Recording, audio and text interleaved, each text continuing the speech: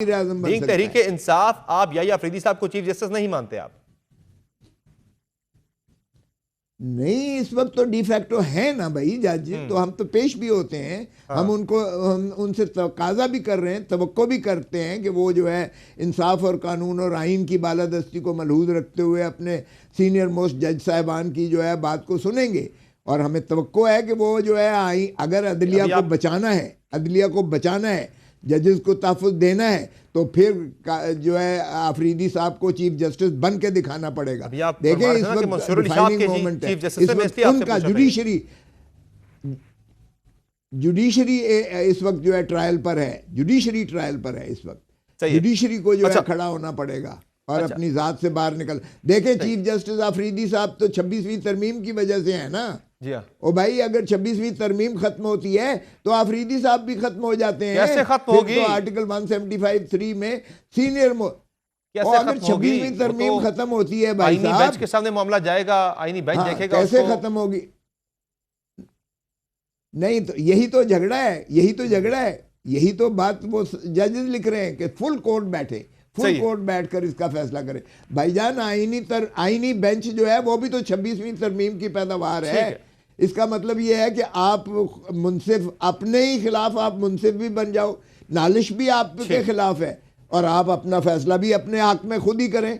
तो ये आईनी बेंच का भी एतराज हमारा मौजूद है। तो आईनी बेंच की बजाय फुल कोर्ट सुने। तो साहब आप ये बताएं कि अब तहरीक इंसाफ का आइंदा का लायमत आगे का है क्या? मुज़ाकरात की मेज पर आप बैठे, मुज़ाकरात का मामला आगे नहीं बढ़ सका, आपने पहले एहतजाज भी किए, एहतजाजों के जरिए भी आप अपने अहदाफ हासिल नहीं कर सके, तो अब फिर कोई अलाइंसेस बनाने की कोशिश भी हो रही है, फिर से एक और कॉल की बात भी चल रही है। आज स्वाबी के जलसे में ऐलान हुआ कि एक नई कॉल की तरफ ही आप जा रहे हैं, तो उससे भी बज़ाहिर कोई लगता है कि रिजल्ट कोई नहीं निकलेगा। तो फिर आपकी जो फाइनल आपका जो ट्रम्प कार्ड है वो क्या फिर डोनाल्ड ट्रंप ही है? फिर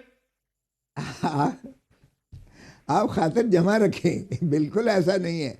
ग्रैंड अलायंस भी बन रहा है। मौलाना फजलुर रहमान साहब भी उसमें शामिल हैं, पीर पगाड़ो साहब भी उसमें शामिल हैं, अख्तर मैंगल साहब भी उसमें शामिल है, महमूद खान अचकदई भी शामिल हैं उसमें, जो है अख्तर मैंगल की पार्टी भी शामिल है और जमात इस्लामी भी इंशाल्लाह हो सकता है। ये ग्रैंड अलायंस करेगा क्या? इसका मोडस ऑपरेंडाई क्या होगा? किस तरह से हुकूमत को आप घर भेजेंगे? क्योंकि आपके खिलाफ एक पीडीएफ बनी थी, इसका मोडस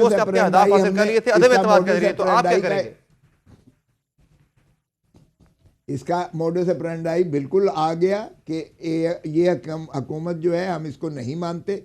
ये इलेक्शन धांधली ज़दा और शुदा था, ये इलेक्शन फ्रॉड इलेक्शन था, ये फ्रॉड असेंबली है, इसको ख़त्म किया जाए, फ़ौरन मुस्ताफ़ी हो हुकूमत और फ़ौरन फिलफौर जो है इलेक्शन का ऐलान करे, नए इलेक्शन का ऐलान करे। ये तो आपका मुतालबा है ना, ये तो आपका मुतालबा है।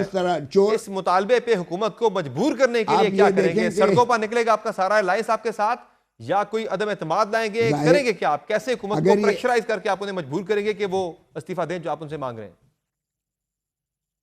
देखें, आवाम तो पहले ही फाकों पर आई हुई है। आवाम के लिए आप देखें जीना हराम हो गया है, बिजली के बिल नहीं दे सक रहे हैं तो लोग, पेट्रोल का जो है महंगाई इतनी हो गई है, गाड़ियां बंद कर दी हैं लोगों ने, जो है प्राइवेट स्कूलों से निकाल के बच्चों को पब्लिक स्कूलों में लेकर आ चुके हैं। लोग बीमार हो तो दवाइयों के पैसे नहीं है, लोग उससे भी मर रहे हैं।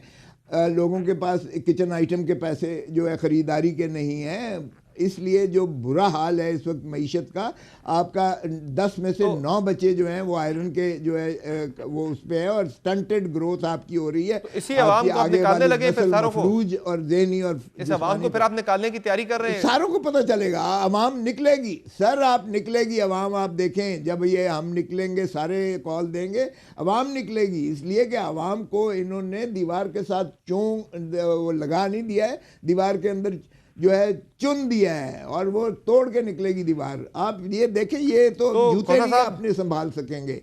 ये आज भी मैं दावा करता हूँ, आज मैं दावा करता हूँ वर्दी के बगैर, और ये जो है प्राइम मिनिस्टर साहब अपने प्रोटोकॉल के बगैर, ये वज़रा अपने जो है पुलिस के बगैर, रेंजर्स के बगैर, ये गुल्लू भट्टों के बगैर अपने हल्के में जाके दिखा दें, हल्के में जाके दिखा दें। जाएंगे तो अपने कदमों पर वापस जो है स्ट्रेचर पे इनको लाया जाएगा। लोग इतने गम गुस्से और गैज़ो गज़ब से इनसे नफरत करते हैं कि लोग इनका तिया पांचा कर देंगे। इनकी दौलतें, इनके तो हवस मुज़ाकरात की हिर्स खत्म ही नहीं होती, इनकी हिर्स ही नहीं खत्म होती। कल कल कल स्पीकर साहब ने फिर मुज़ाकरात की दावत दी है पाकिस्तान तहरीक इंसाफ को। वो कह रहे मेरे दरवाजे खुले हैं, तो फिर से ये ट्राई किया जा सकता है मुज़ाकरात को अगर आपकी स्ट्रीट मूवमेंट कामयाब नहीं होती, या क्या होगा? वो खतूत वगैरह भी खान साहब लिख रहे हैं जेल से बैठ के, उस पर भी कोई फर्क नहीं पड़ रहा। क्या होगा फिर? दोबारा मुज़ाकरात की मेज पे आना पड़ा तो फिर आएंगे, या वो खत्म हो चुका है मामला? यार स्पीकर साहब खुद उस्मान से हारे हुए हैं, हमारे कैंडिडेट फॉर्म 47 की बेनिफिशरीज हैं वो भी। अब जाहिर है कि वो तो इसी हुकूमत को बचाएंगे और बचाने के लिए वो टाइम बाय कर रहे हैं।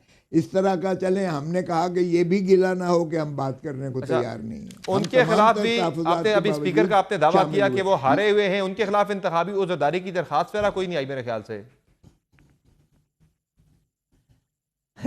अब बाकी जो उज़रदारियों की दरखास्त का जो हशर हो रहा है उनके खिलाफ बाय द वे की हुई है। आप क्लेम तो करते हैं ना सर, आप क्लेम तो करते हैं, उसका रिजल्ट जो भी निकले पर आप क्लेम तो करते हैं। एक दरखास्त तो आपकी तरफ से आती है सामने कि मेरे साथ ज्यादती हुई, मेरे रिकाउंट किया जाए या मेरी वो आई हुई है। माफ कीजिएगा, मेरी तरफ से नहीं, वो कैंडिडेट की तरफ से ही ना। स्पीकर साहब कह रहे हैं कि मेरे खिलाफ कोई नहीं आई। स्पीकर साहब ये दावा कर रहे हैं मेरे खिलाफ कोई इंतखाबी उज़रदारी की दरखास्त नहीं आई। नहीं करना ओ भाई, कैंडिडेट नहीं करना, ये तो वो दुरुस्त नहीं कह रहे। कल ही मुझे उसने बताया। बाहर क्या, उस बात को छोड़ दें आप।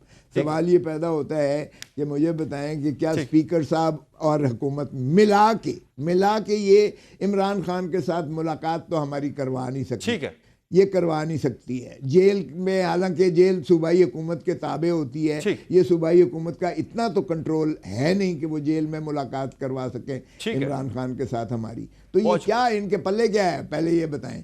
ना इनका फाइनेंस मिनिस्टर है, ना इनका इंटीरियर मिनिस्टर अपना है, ना पंजाब की हुकूमत इनके पल्ले में है, क्योंकि वही एडमिनिस्ट्रेशन, वही IG जो मोहसिन नकवी रख के गया था, वही सारे चल रहे हैं। और माशाअल्लाह इलेक्शन कमीशन जितनी उसको तवालत दे ली है, हालांकि वो म्याद खत्म हो गई है, इलेक्शन कमीशन की म्याद खत्म हो गई है, लेकिन वो चल रहे हैं इसलिए कि 26वीं तरमीम में ये कह दिया गया कि जब तक नया नहीं आता है वो पुराने काम करते रहेंगे। आपका पॉइंट ऑफ व्यू आ गया। खोसा साहब बहुत शुक्रिया, आपने ज्वाइन किया प्रोग्राम में। नाज़रीन, आपने गुफ्तगू राज़ा की पाकिस्तान तहरीक इंसाफ के सीनियर रहनुमा सरदार लतीफ़ खोसा की, जिनका कहना है कि फिर से पाकिस्तान तहरीक इंसाफ अवाम को निकालने की तैयारी करेगी। प्रोग्राम में मुख्तसर ब्रेक लेंगे, ब्रेक से वापस आएंगे, बात करेंगे। इंतखाबात को 1 साल हो गया है, लेकिन कभी पाकिस्तान में शोर मचता है RO इलेक्शन का, कभी यहाँ पे शोर उठता है RTS के इलेक्शन का, और कभी इस तरह फॉर्म 47 की इस्तेलाह इस्तेमाल की जा रही है। इंतखाबात में एक के बाद एक जो तनाज़ात सामने आ रहे हैं, जो शोर उठ रहा है धांधली का, उससे क्या जो अवाम है, जो वोटर्स हैं, जो इलेक्टोरेट है, उसका इंतखाबी अमल पर जो एतमाद है वो कमज़ोर तो नहीं हो रहा, वो एतमाद उठ तो नहीं रहा। और इसकी वजह क्या है? मजीद इंतखाबी इस्लाहात का मसला है या नीयत का मसला है कि इंतखाबी अमल को ठीक करना ही नहीं?